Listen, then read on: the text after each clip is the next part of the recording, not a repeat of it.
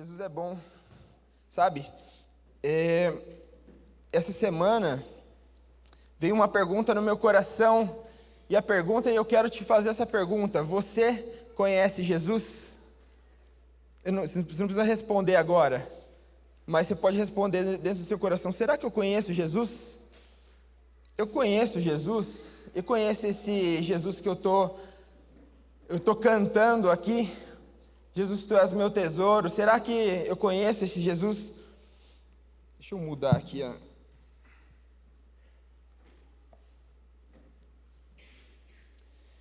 Amigos, eu lembro na época, alguns anos atrás, os influeiros acho que não vão entender nada agora, mas quem aqui lembra da época do Orkut? Essa aí eu tô desenterrando, né? E cara, o Orkut, a gente conhecia muita gente, né? Ali, cara, era uma época bem legal, né? E tinha uma parada no Orkut lá que quando a gente conhecia alguém, e às vezes eu era muito disso, mano, manda um depô pra mim lá, cara. Lembra disso? E cara, eu vou explicar para os influeiros o depoimento ali era tipo como se hoje você estivesse farmando aura, né? Cara, você se sentia o top, né? Era ou não era? E cara, era legal, o Orkut era muito legal, e assim, você escrevia lá, te conheço pouco, né? Mas te considero pacas. Né, a gente nessa época do Orkut era muito legal. E cara, hoje em dia é a mesma coisa, né? Os influencers, você não precisa ficar deslocado. Hoje em dia é a mesma coisa. A gente tem Instagram, a gente tem redes sociais, a gente comenta na foto um do outro, a gente segue muita gente.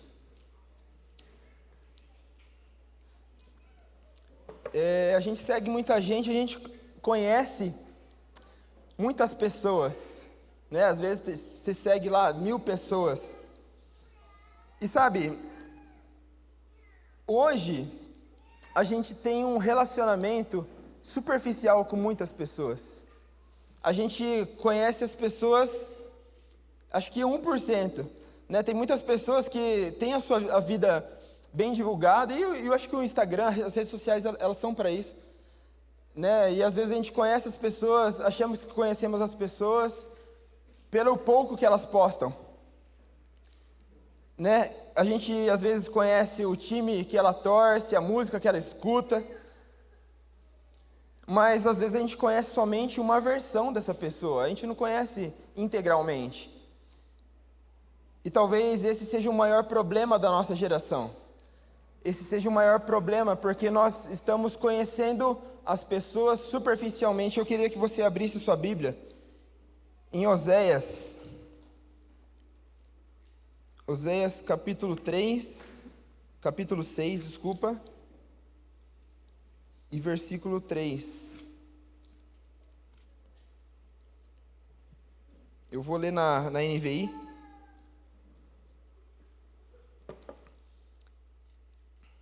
Quem achou, diz amém. Vamos lá. Diz aqui. Conheçamos o Senhor e esforcemo-nos por conhecê-lo. Eu vou ler só essa parte A do versículo, por enquanto. Outras versões diz: conheçamos o Senhor e prossigamos em conhecê-lo. A gente tem muito conhecimento hoje em dia, a gente tem muito fácil acesso a conhecer muitas coisas, né? Hoje a gente tem o ChatGPT que nos ajuda pra caramba, né? Então, qualquer dúvida, a gente já dá uma pesquisada ali. Ô GPT, esses dias eu tava até trocando uma ideia com o GPT, até a Dai falou, pode trocar essa voz feminina aí pra uma voz masculina. A Dai tava com ciúmes de GPT já. Não queria falar nada, gente. Mas assim, a gente tem um conhecimento superficial sobre muitas coisas. Sabe, tem um profeta da nossa antiga e atual geração que falava assim: Eu prefiro ser essa metamorfose ambulante do que ter aquela velha opinião formada sobre tudo. Cara, o que Romanos 12:2 diz? Eu gosto muito desse versículo. Romanos 12:2 diz: não vos conformeis com este mundo, mas transformai-vos pela renovação do vosso entendimento, para que experimenteis qual seja a boa, perfeita e agradável vontade de Deus. E sabe, nós precisamos ser transformados dia após dia. Nós precisamos buscar conhecimento todos os dias. Mas o problema é que a gente tem ficado muito raso nas coisas. A gente sabe sobre política, mas a gente sabe muito pouco. A gente sabe sobre finanças, mas é sempre muito pouco. A gente sabe sobre família, sobre casamento, mas é sempre muito raso. O conhecimento sobre as coisas, ele é bom. Ele não deixa a gente limitado. Mas o problema é que a gente não está buscando a profundidade em nada. Então, hoje nós temos o celular. E o celular, as redes sociais, é algo que, eu sempre falo isso, as redes sociais aproxima quem está longe, mas afasta muitas vezes quem está perto. A gente está tendo muito esse problema. A gente, às vezes, senta com alguns casais que falam pra gente, cara, a gente já não tem mais um relacionamento tão íntimo, a gente já não se conhece mais. Mas, com certeza, essas pessoas estão conhecendo muitas outras pessoas que elas seguem. Sabe, o celular não é um problema. O celular, muitas vezes, ele nos afasta da santidade, mas ele pode nos aproximar da presença de Deus. E como? Às vezes a gente pode ligar lá a música do Salvão, e eu elevo os meus olhos. Ô Fê, depois você me dá 10% da... Estou divulgando aqui o seu trabalho, hein? Amigos, a gente pode ser desviado para algo ruim, mas a gente também pode ser reconectado. O celular, as redes sociais, tudo isso, ele é uma ferramenta muito poderosa, mas a gente tem que saber usá-la. Então, o problema é que o celular não é um problema, mas ele revela em nós a nossa incapacidade de permanecer. E como que é isso? A incapacidade de permanecer é o quê? Quando nós ficamos tanto no celular, tanto nas redes sociais, o Lê tem falado muito sobre isso. Às vezes a gente fica demais rolando o feed, e sabe, a gente começa a perder o foco. No nosso trabalho a gente já não entrega mais o 100%, a gente está entregando 80%. Na nossa família, com o nosso filho, a gente não está entregando mais o 100%, brincando. A nossa responsabilidade de pais, inclusive, amigos, aos pais. Eu quero alertar vocês, a nós pais, o cuidado com os nossos filhos. Nós temos uma responsabilidade muito grande com a vida. Principalmente você, pai, você tem uma responsabilidade de apontar o destino. Sabe, a mãe é aquela que dá a proteção, mas o pai é aquele que aponta o destino do filho. E se muitas vezes você está perdido, sabe, não tendo foco mais, cara, Jesus, ele quer te reconectar novamente, para que você destine ao seu filho.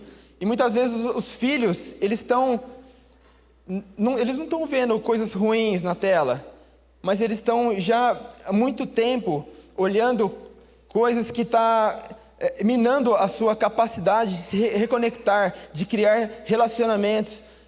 O dizer não para o nosso filho às vezes é saudável, amigos.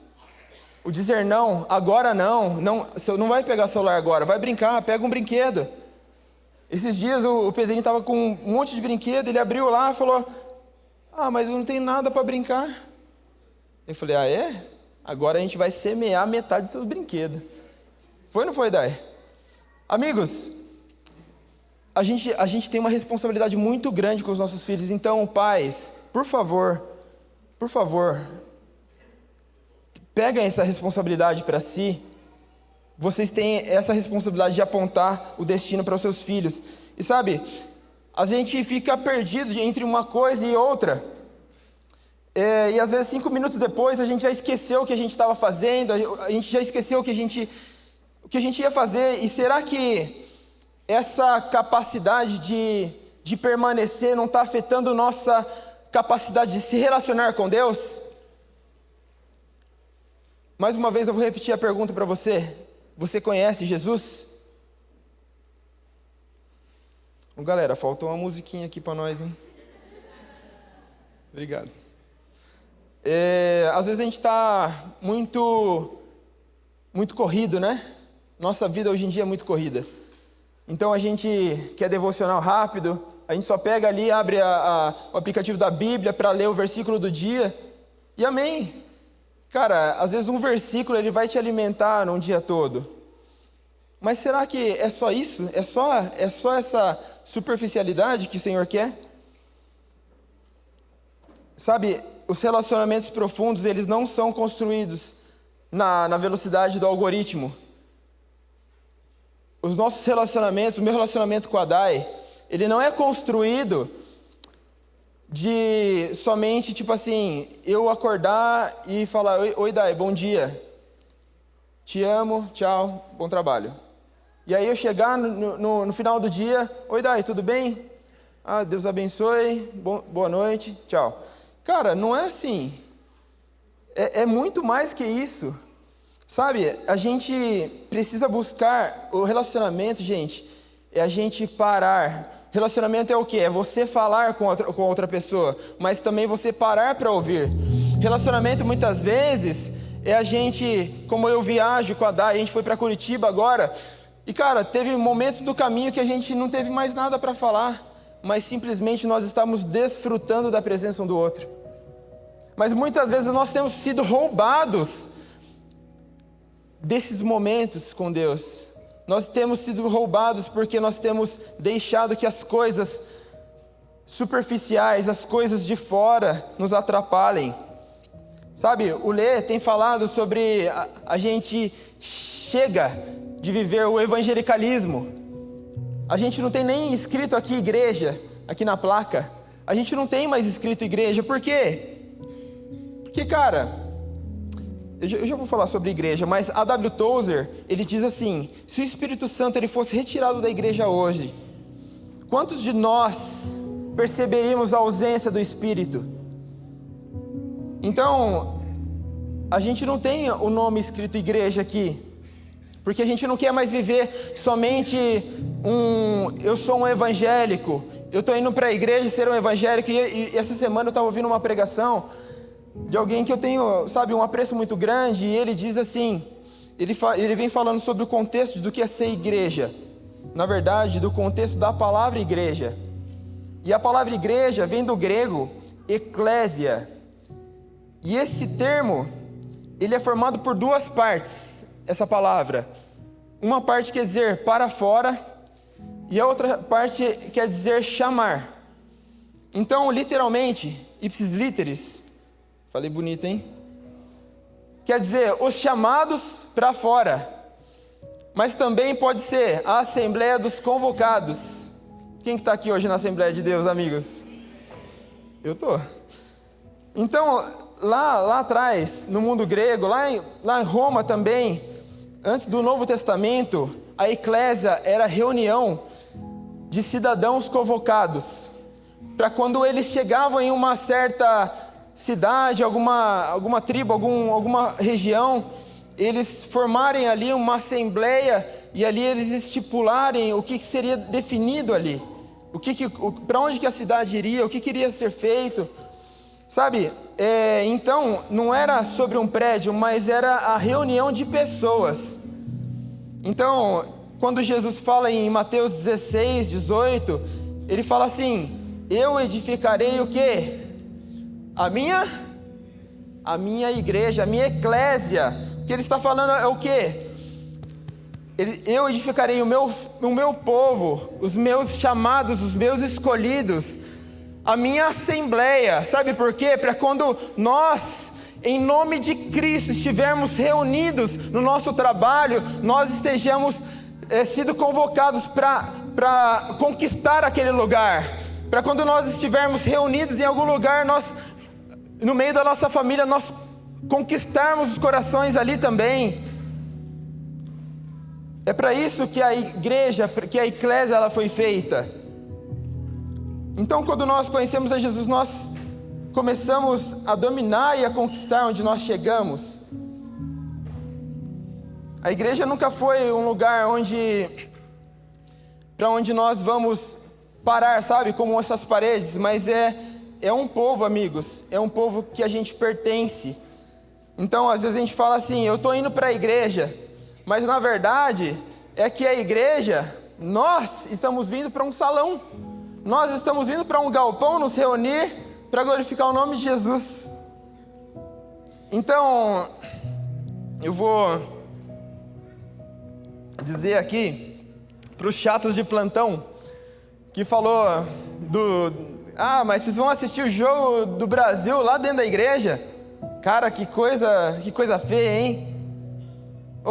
É muito melhor a gente estar reunido com os nossos amigos em Cristo, em família, do que estar lá assistindo numa balada, num bar, ou não é? Amém? E foi muito da hora, gente, foi muito da hora. Eu fiquei com medo de ficar rouco. Meu Deus. Sabe, então, quando Oséias ele traz essa palavra, quando a gente lê que está escrito ali, essa palavra em Oséias, está sendo falado para Israel. Israel era o quê? Era um povo de Deus, que conhecia o Senhor, que estava fazendo sacrifícios, que adorava o Senhor, que prestava o culto, mas tinha perdido a sua essência, perdeu a sua eclésia.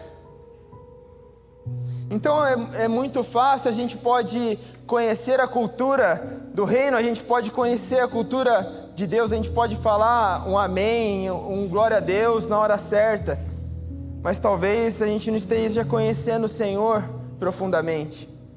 A gente conhece muito sobre Deus, mas a gente não está conhecendo Deus. Sabe por que eu falo isso? Porque eu fui alguém que cresceu na igreja, cara.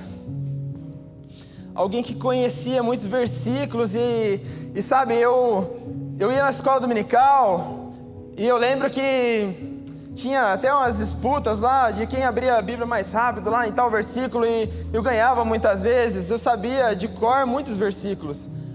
Eu cresci na igreja, minha mãe está aqui e com 5 ou 6 anos eu já comecei, eu gostava de bateria, só que assim, antigamente você não podia já ir para a bateria, não, você tinha que passar por, entre aspas, um discipulado. O que o pessoal te entregava? Te entregava um meia-lua ali para você chacoalhar ali atrás da bateria na hora do louvor. Então, eu sabia, amigos, eu comecei a crescer dentro da igreja. Eu comecei a saber como é que levantava a mão. Eu sabia como falar o evangeliquez. Cara, eu participava de tudo. Eu sabia responder as perguntas, mas chegou um momento da minha vida em que eu olhei para mim mesmo e, cara, esse versículo me confrontou demais.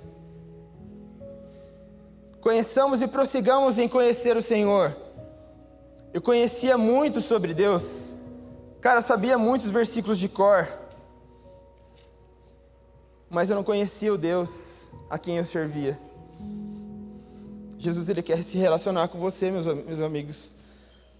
Talvez você já é um crente velho, né? Velho de igreja, já sabe muito sobre Deus, muito sobre a igreja. Mas talvez você perdeu a essência. Jesus, Ele quer resgatar no seu coração isso. Ele quer que você se lembre, né? Há alguns domingos atrás, os meninos pregaram aqui sobre a gente se lembrar. Você consegue se lembrar da primeira vez que Jesus te tocou?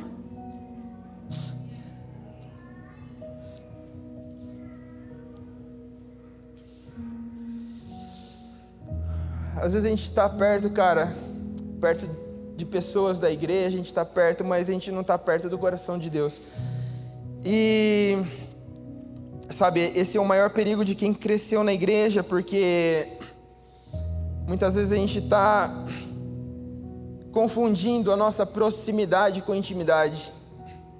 A gente está confundindo a proximidade, o fazer, a atividade com a intimidade com o Senhor. Então, num devocional esses dias eu lembrei disso. Conheçamos e prossigamos em conhecer o Senhor. Oséias, quando nós lemos aqui, não era para pagãos que está escrito, mas era para um povo escolhido do Senhor, que já tinha se esquecido do que é ser igreja. Então, às vezes a gente corre o risco de trocar nosso relacionamento pela rotina, porque buscar a Deus, amigos, é dia a dia. Nossa responsabilidade, eu falei aqui sobre Romanos 12, 2, mas no versículo 1, diz que nós precisamos entregar ao Senhor nosso culto racional.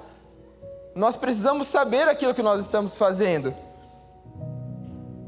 Então, assim, nós chegamos aqui no domingo e nós adoramos o Senhor, nós buscamos, nós levantamos as nossas mãos, nós estamos com as nossas vozes erguidas, mas e na segunda-feira? O nego sempre fala muito sobre isso, sobre a gente ter o pão diário, e Jesus ele nos ensina isso. Qual que é a oração de Mateus 6 que Jesus nos ensina? Jesus fala, eu até esqueci. Ele fala assim: o pão nosso de cada dia nos dá hoje. Você está buscando o pão nosso de cada dia? Você está buscando o seu pão de cada dia? Você está buscando aquilo que você perdeu? Ou simplesmente você está deixando a vida levar, a vida, né, a vida te levar?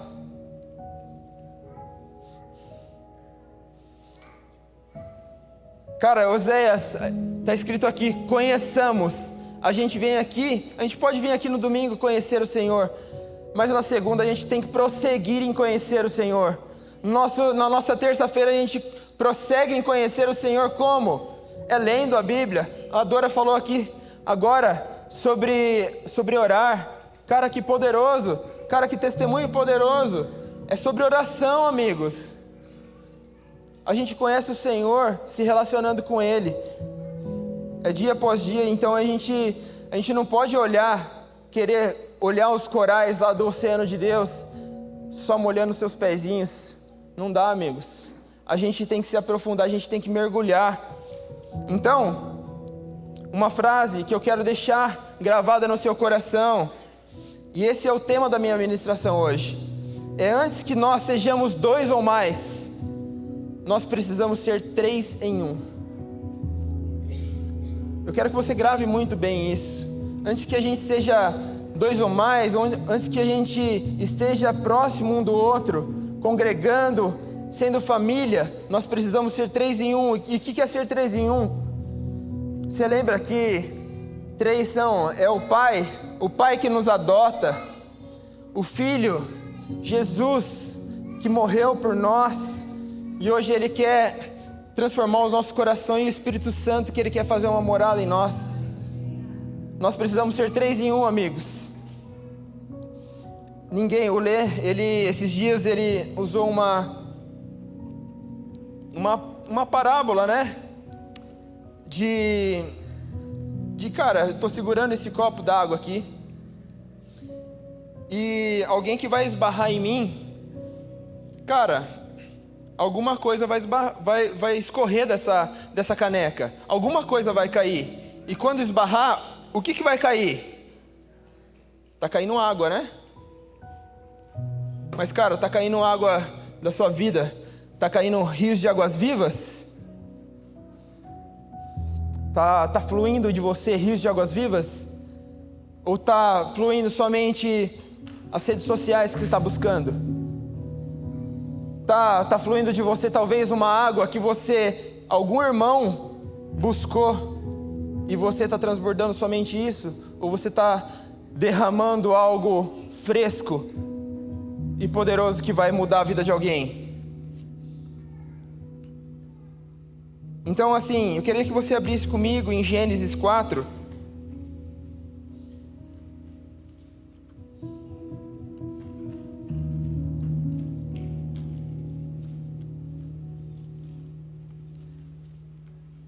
Gênesis 4 conta a história de Caim.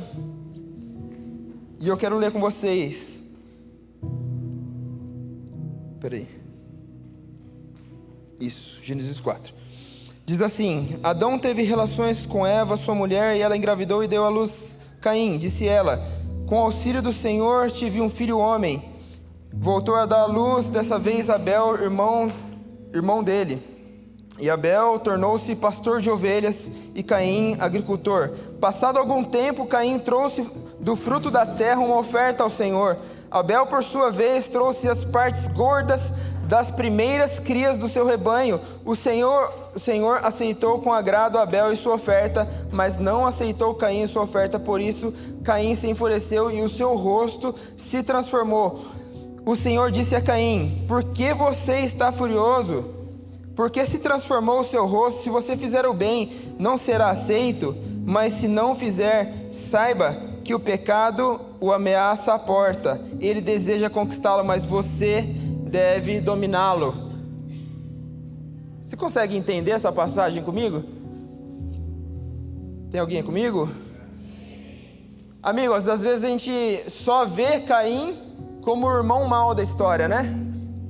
Eu sempre vi muito Caim só como alguém maldoso que matou o seu irmão. Mas cara, Caim, ele foi o primeiro. A Bíblia diz aqui, que passado algum tempo, Caim trouxe do fruto da terra uma oferta ao Senhor. E Abel, por sua vez, trouxe as partes gordas das primeiras crias do seu rebanho. Primeira coisa, Caim, ele foi o primeiro antes de Abel a ofertar ao Senhor. E na verdade, Caim, antes de Abraão, antes de Moisés, antes de ter o templo, antes de tudo, ele já estava ofertando ao Senhor. Mas sabe, ele fazia coisas, ele falava com o Senhor, ele se relacionava com Deus. Tanto é que Deus fala com Caim. O Senhor diz a Caim: por que você está furioso? Por que transformou o seu rosto, Caim? Sabe, ele conhecia Deus, ele conhecia sobre Deus, mas ele não conseguiu dominar aquilo que estava no seu coração. Por isso que o Senhor não aceitou a sua oferta. Então, essa semana eu estava jogando bola com o Pedrinho dentro de casa. E a gente estava brincando ali de canetinha malha, né? Canetinha porrada, mentira. Mas a gente estava brincando de dar canetinha no outro com a bola. E aí teve um momento que eu dei uma canetinha nele e ele tropeçou ali com a própria perna e caiu em cima da bola. E aí ele olhou pra mim e começou a chorar. Eu falei: filho, você tá bem? Tá tudo bem? Papai tá aqui, tá tudo bem. Foi só um susto. E aí ele levantou e falou: papai, a culpa é sua. Eu falei: minha? Eu falei: what? Meu, por quê? Por que a culpa é minha? Ele falou: porque era pra você ter tirado a bola. Eu falei: cara, a gente só tá brincando. Cara, sabe o que acontece? Muitas vezes a gente tem passado coisas na nossa vida, e as nossas frustrações, as nossas escolhas erradas, a gente tem culpado Jesus. E eu falei pro Pedro, tem uma abelhinha aqui chata. Eu falei pro Pedrinho assim, eu falei: filho, eu sei que você tá com raiva, e eu sei que você acha que foi o papai, não foi, e eu não vou pedir desculpa porque eu não fiz nada pra você. Só que eu falei: mas eu sei que você tá com raiva, mas é você que tem que aprender a dominar essa raiva. Eu posso falar pra você, sei lá, eu posso te dar alguma coisa, mas filho, você precisa aprender a dominar. E sabe, muitas vezes é isso que a gente faz, sabe, com Jesus. A gente se frustra, a gente escolhe caminhos errados, a gente tropeça, cai e põe a culpa em Deus, né? E às vezes Jesus, ele devia colocar a gente de castigo, né? Porque a gente é um filho mau. Eu lembro, eu nunca passei por isso, mas os antigos aí ficavam até ajoelhado no milho, né? Isso deve doer. Mas, cara, Jesus, ele é um pai bondoso. E sabe, se a gente conhecesse Jesus, a gente saberia a sua vontade, é ou não é? A gente não ficaria culpando o Senhor pelas nossas frustrações. Quando nós lemos lá em Jeremias 29:11, que diz assim: bem sei os planos que tenho para vós, planos de paz e não de mal. Se a gente entendesse, meus amigos, a profundidade dos planos de Deus para nós, a gente não estaria culpando o Senhor. Salmos 37:4 e versículo 5 diz: entrega o teu caminho ao Senhor, confia nele e o demais ele fará. Mas antes, no versículo 4 diz: deleita-te no Senhor, ele satisfará os desejos do seu coração. E sabe, muitas vezes a gente entende que os desejos é do nosso coração. A gente quer se deleitar no peito de Jesus simplesmente para agradar a nossa vontade, mas não é isso. A vontade e a perfeita vontade é do Senhor, não é nossa. Então, eu queria que você lembrasse disso. Sabe, às vezes Deus quer que a gente administre algo que a gente quer, que a gente deveria mortificar, mas a gente não está mortificando isso. E eu queria que você anotasse algo. Anota isso, amigos, com seu celular, com uma caneta. Se tiver só uma coisa para anotar, anota só isso. Não sei como você pode anotar. Morde o dedo aí, escreve com sangue na camiseta, mas anota, pelo amor de Deus. Amigos, é muito profundo, né? Amigos, é o seguinte, é muito raso a gente viver uma vida com Deus apenas para vencer o pecado. Eu vou repetir para vocês. É muito raso a gente viver uma vida com Deus simplesmente para vencermos o pecado. Deus não nos chamou, Deus não nos escolheu simplesmente para que a gente pudesse vencer o pecado. É muito mais que isso. Jesus, ele nos chamou para que a gente se relacionasse com Ele. Jesus está nos chamando para que a gente se relacione e conheça a sua vontade. Então, o Evangelho é muito mais do que parar de fazer as escolhas erradas. É sobre conhecer Jesus. Mas talvez você diga aqui para mim hoje: pastor, eu cheguei aqui hoje e eu não conheço Jesus. Eu não sou como essas pessoas, como você está falando, que já estiveram na igreja, te conheceram sobre você. Na Bíblia, a Bíblia conta a história de uma mulher que é chamada da mulher do fluxo de sangue. A Bíblia não dá nome para essa mulher. Essa mulher não teve nem nome. Mas sabe o que diz? A Bíblia diz assim que essa mulher estava há 12 anos sofrendo de uma hemorragia. Ela estava há 12 anos gastando seu dinheiro. Ela tinha gastado seus recursos, investido, sabe, procurado uma cura e nada. Ela não servia em nenhum ministério, ela não conhecia, ela não sabia nada, mas ela ouviu falar de Jesus.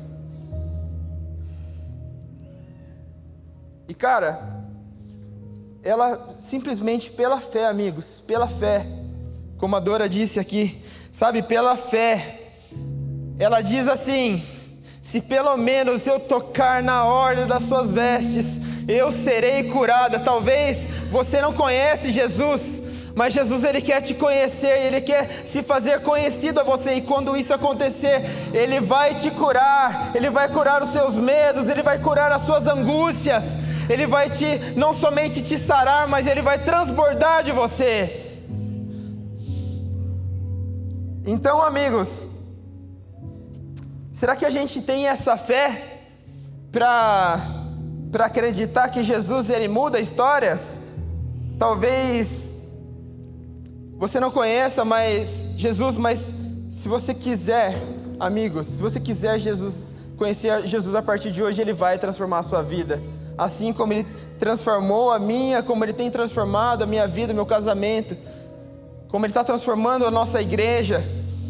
Mas sabe, a gente não pode ficar pensando que a igreja é um lugar para pessoas perfeitas. A igreja não é isso. A igreja não é um lugar que a gente fala, cara, por que eu vou lá, sendo que tá todo mundo em perfeição, cara, ninguém tem pecado, cara. Cara, não é isso. Sabe o que a gente vai fazer hoje? A gente vai cear. Sabe o que é a ceia? Mano, o sangue de Cristo. O sangue de Cristo é aquilo que nos purifica de todo pecado. O sangue de Cristo é aquilo que nos liberta das nossas escolhas erradas. É aquilo que nos liberta dos nossos pensamentos, do nosso passado. Então a igreja, ela não é, sabe, um lugar de pessoas perfeitas, mas ela é um hospital em que pessoas entram aqui feridas, entram aqui com muitas questões e elas saem daqui curadas, elas saem daqui transformadas. Vocês acreditam nisso? Amém? Então, amigos, chega de correr, chega de viver correndo do pecado, culpando a Deus, mas Ele espera de nós que Ele seja conhecido por nós. Sabe, o Elton pregou aqui no domingo passado, ele falou sobre a gente abrir as nossas casas, ele falou sobre Cornélio. E cara, isso é muito incrível, a gente precisa abrir nossas casas. Porque existem pessoas que entram na nossa sala e elas podem ser transformadas, mas tem pessoas que entram na nossa vida e elas não saem transformadas. Por quê? Porque a gente não está conhecendo Jesus, porque a gente não está transbordando Jesus. Jesus, às vezes, a gente abre nossas Bíblias e a gente espera que o Senhor fale conosco. E a gente fala, Jesus, fala conosco, e a Bíblia, ela é sim a boca do Senhor. Só que muitas vezes a gente não vai encontrar somente a direção para nós aqui, mas quando nós abrimos os nossos ouvidos, os nossos corações para alguém que está cheio do Espírito Santo, nós começamos também a ser transformados.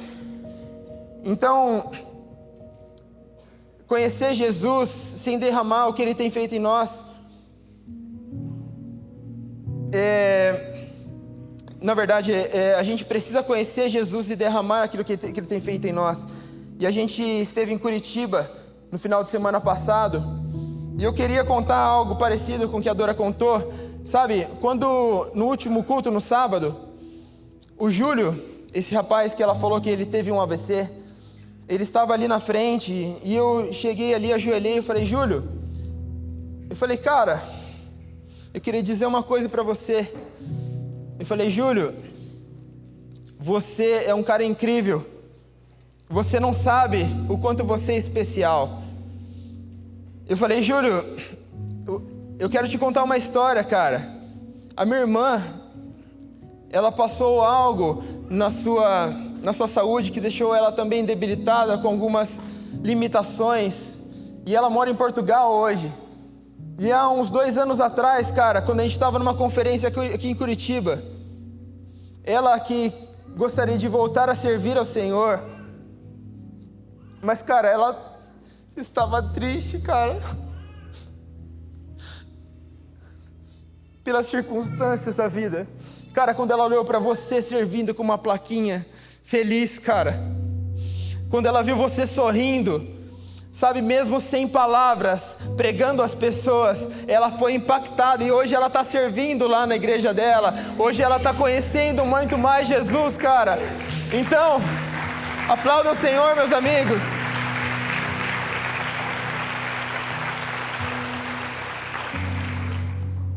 Cara, conhecer o Senhor, talvez, amigos, talvez você vai ser o início da história de alguém, sabe? Talvez você vai ser uma parte da Bíblia que alguém vai ler e vai ser transformada. Mas, cara, a gente precisa alcançar esse nível de conhecimento no Senhor, de relacionamento. A gente tem que se alegrar, cara, nos dias tristes.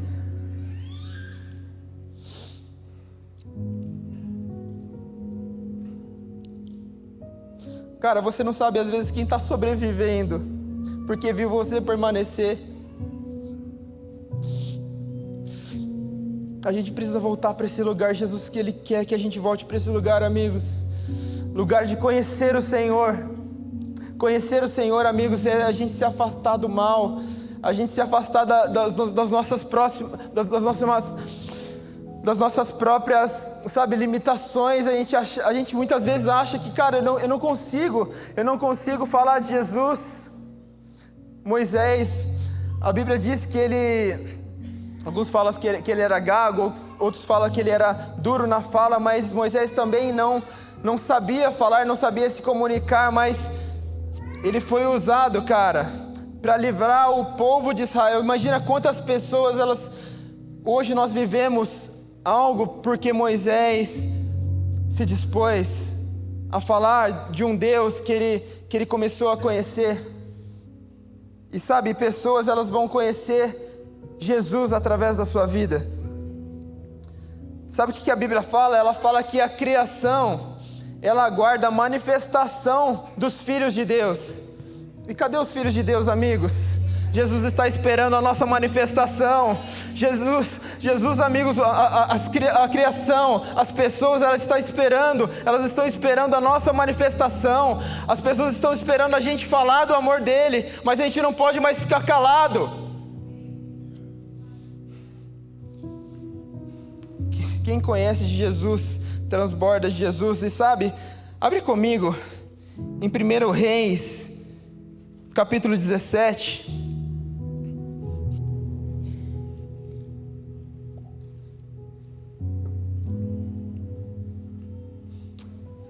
Primeiro Reis 17 diz assim: Ora, Elias de Tisbe, em Gileade, disse a Acabe: Juro pelo nome do Senhor, o Deus de Israel, a quem sirvo, que não cairá orvalho nem chuva nos anos seguintes, exceto mediante a minha palavra. Mediante a palavra de quem aqui? Não ouvi? Não. Elias diz, mediante a minha palavra. Ele não diz sobre a palavra de Deus, ele diz sobre a minha palavra. Sabe com qual autoridade que ele estava? Ele estava com a autoridade de Deus, falando sobre a palavra dele. Amigos, quando a gente conhece o Senhor, a gente fala em nome de Deus. Quando a gente conhece o Senhor, meu amigo, não tem nada. Pode ter o mar, o mar vai se abrir. Não tem nada que vai ficar na nossa frente, que vai nos impedir. Amigos, Elias conhecia o Senhor e ele falava pelo Senhor. Então ele fala: não choverá, exceto mediante a minha palavra. Então o Senhor vem aqui, depois disso a palavra do Senhor vem a Elias: sai daqui e vai para o leste, esconda-se perto do riacho em Querite. Aí sim vem a palavra do Senhor e pede para ele se esconder. Então Elias, ele estava revestido da autoridade do Senhor, mas mais para frente, o que acontece? Elias se encontra ali com os profetas de Baal, com os profetas de Jezabel. Enfim, ele refaz o altar, cai fogo do céu, Deus manda, consome o holocausto. Então Jezabel fala assim: vamos matar Elias. Então ele fica com medo.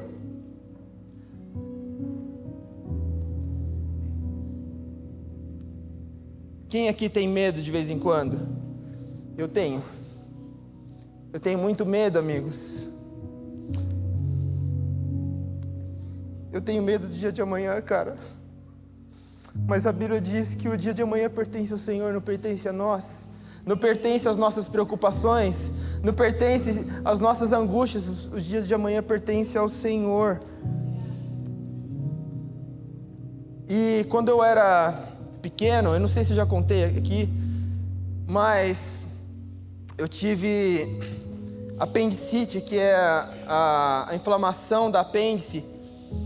E eu lembro, eu tenho vagas lembranças da imagem de eu estar no hospital, e sabe, com dor, e os médicos falaram: falou para minha mãe está aqui, mãe, é só uma virose, pode liberar o seu filho.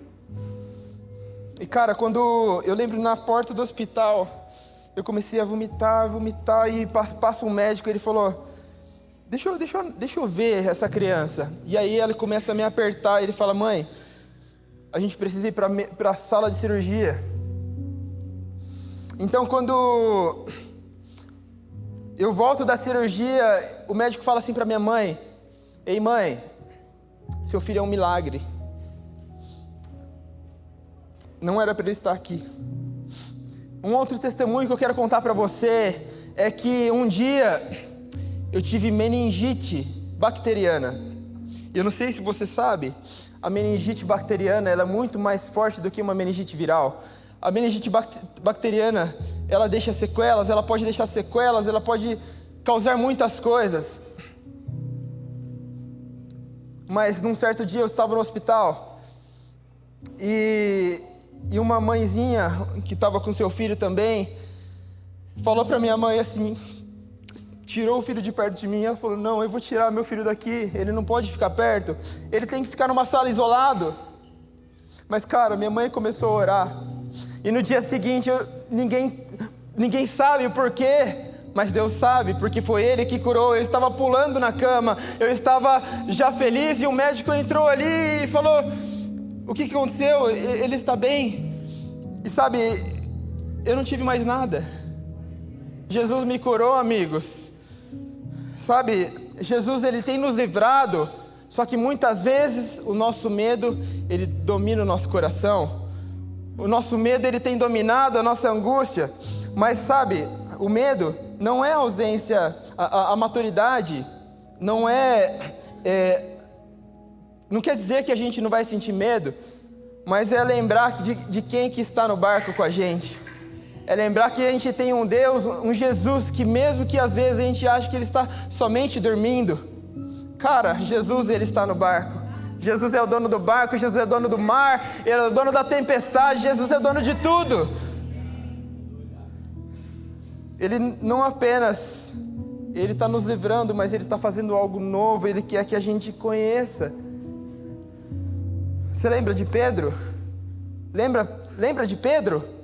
Pedro andou sobre as águas, mas um pouco antes ele já tinha visto Jesus multiplicar pães e peixes, ele já tinha visto milagres acontecer, mas ele fica com medo no meio da tempestade. Jesus manda, vem Pedro, e ele vai, ele mesmo andando, ele afunda, ele fica com medo. Sabe, Pedro passa por diversas coisas, ele nega Jesus, ele nega que conhece Jesus, ele fala para Jesus um dia, Jesus fala assim para ele, eles vão me levar, vão me matar, e Pedro fala, não, eu não vou deixar. Pedro fica com medo até de levar o seu mestre. Mas isso é nos evangelhos. Quando a gente começa a ler sobre Atos, a partir do capítulo 3, sabe o que a gente vê? Pedro entrando no templo, numa porta chamada Formosa, havia um paralítico ali. E quando o paralítico pede esmola, pede uma moeda para Pedro, Pedro diz assim, eu não tenho prata e nem ouro, mas o que eu tenho eu te dou, levanta-te e anda. É na autoridade do nome de Jesus, amigos.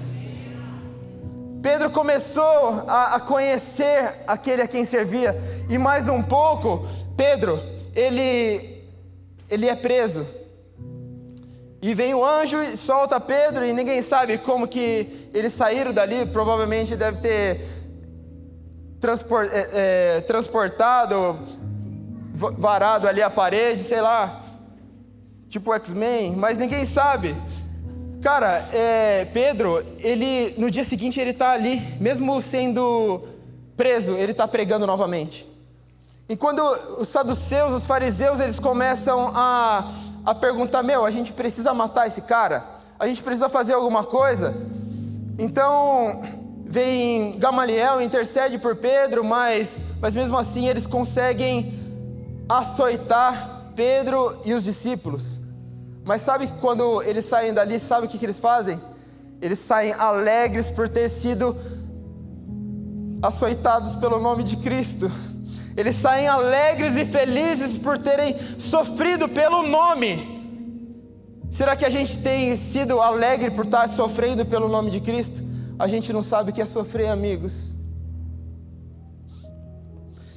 Cara, o Bruninho contou eu quero dividir com vocês, e eu acho que depois ele vai contar um pouco melhor. Eu quero ser rápido aqui, gente. O Bruninho contou algo para nós não, para Cris, pro Dedé. Um testemunho de quando ele estava no Egito. E tinha uma mulher que ela se converteu e ela tinha uma filha e um marido. E um dia sua filha chega no seu pai e fala: papai, para onde que você vai quando você morrer? Você vai para um lugar do islamismo, ou para onde você vai? Ele falou: filha, como que você está sabendo disso? Quem te contou? Foi a mamãe. Ele falou: tá bom. Ele chegou na sua esposa e diz assim: você se converteu a Jesus, né? E ela disse: sim, eu me converti. Então essa mulher, então esse marido ele diz assim para ela: você tem 3 dias para negar esse Cristo. E ela fala assim: você não precisa esperar os 3 dias. Olha a fé dessa mulher. Você não precisa esperar os 3 dias. Então ela fica ali no quarto e ela começa a orar. Mas ao momento que ela ora, ela começa a ouvir lá na sala, lá no outro cômodo: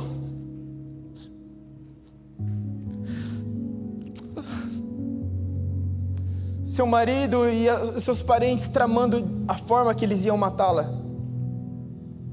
Isso é muito sério, amigos. Então ela começa a orar, e ela começa a orar, e ela começa a orar. E simplesmente, do nada, ela aparece a 500 quilômetros da sua casa. Cara, Jesus salvou aquela mulher. Como? A gente não sabe. Mas nós temos o testemunho dela. Às vezes a gente acha que a gente está sofrendo. Mas amigos, nós precisamos conhecer o Senhor. Nós precisamos entender que é muito mais um relacionamento profundo com o Senhor do que as coisas superficiais que a gente ora, simplesmente para a gente pagar um boleto que a gente não consegue. É muito mais do que isso, amigos. Tem gente sofrendo e muitas vezes a gente está sendo egoísta e não está orando por elas.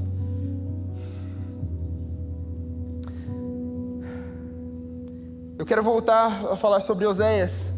Eu quero começar aí para o final dessa mensagem. Oséias confronta porque Israel fazia culto, oferecia sacrifícios, celebrava as festas. Mas eu quero que você leia comigo Oséias 6 ainda.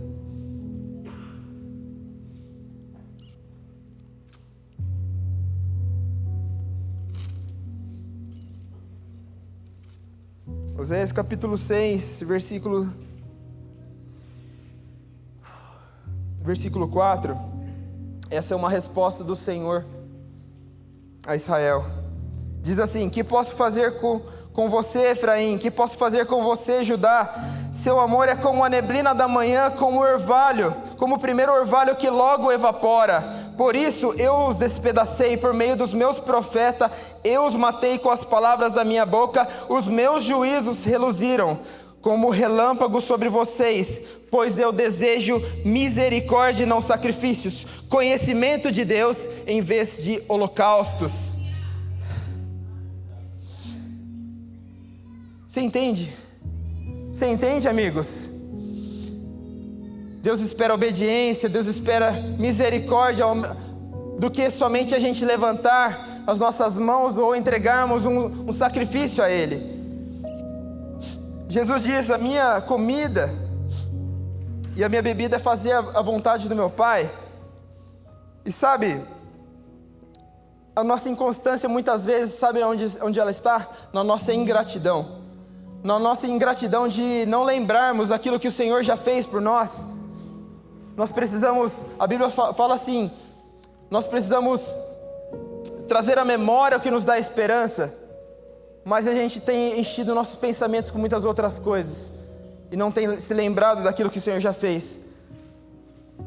E eu quero encaminhar para o final. Se o louvor quiser subir, abra comigo Filipenses capítulo 3, versículo 10.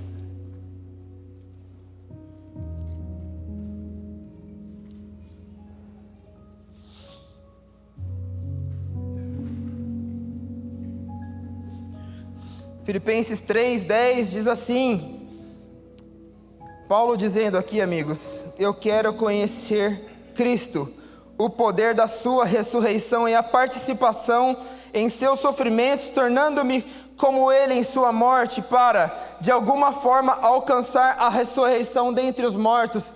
Alguém acredita nessa palavra? Alguém acredita que você vai ser ressuscitado depois? Jesus, ele está vindo nos buscar, amigos. Mas sabe, às vezes a gente está esquecendo dessa palavra de Paulo. Nós precisamos querer conhecer a Cristo e fazê-lo conhecido. Então, eu quero falar com alguns tipos de pessoas aqui. Talvez você nunca conheceu Jesus. Talvez você nunca ouviu falar de Jesus e está aqui hoje porque alguém te convidou. Amigos, Jesus, ele quer se revelar a você. Ele quer fazer uma nova história na sua vida. Assim como ele já fez uma nova história na minha vida. Assim como ele está fazendo uma nova história em cada um de nós. Assim como ele fez na vida de Paulo, assim como ele fez na vida de Elias, dando autoridade, ele quer fazer na sua vida também. Sabe, Jesus, ele quer falar também com você que talvez nunca se afastou dos caminhos, mas está perdido dentro da igreja, está perdido com as suas atividades. Sabe, muitas vezes você trocou a sua intimidade pela sua atividade. O convite, amigos, continua o mesmo. Conheçamos e prossigamos em conhecer o Senhor. Conheçamos e prossigamos em conhecer o Senhor. Esse é um convite a nós. Jesus nos convida hoje. Me conheça, busque a mim. Amigos, aquele que busca, ele encontra. Aquele que bate, a porta ela se abre. A Bíblia diz que o Senhor, ele não está com as suas mãos encolhidas, mas ele está com as suas mãos estendidas. Basta só uma palavra. Se você disser assim: se ao menos eu tocar na orla de suas vestes, eu serei curado. Se ao menos eu tocar, Senhor, na orla das suas vestes, eu serei transformado, a minha família será transformada. Você precisa acreditar. Você precisa se reconectar com o Senhor. Jesus, ele te chama hoje para conhecê-lo, amigos. Jesus te chama para que, antes que você derrame sobre a vida das pessoas, antes que nós sejamos 2 ou mais, nós sejamos 3 em 1, nós tenhamos o Pai, o Filho e o Espírito Santo habitando em nós. Então, em nome de Jesus, feche os seus olhos, põe a sua mão no seu coração. Quero orar por você neste momento. Jesus, obrigado, Senhor, obrigado pela sua palavra, que ela é revelada a nós. Obrigado, Senhor Jesus, porque o Senhor traz revelação, Senhor, por meio dos seus profetas do passado. O Senhor traz revelação por meio de pessoas, ó Pai, que sofreram, ó Pai, Senhor Jesus, para que nós pudéssemos hoje, ó Pai, estar reunidos, Senhor Jesus, em Teu nome, Deus. Obrigado, Senhor Jesus, pelas histórias que nós ouvimos, ó Pai.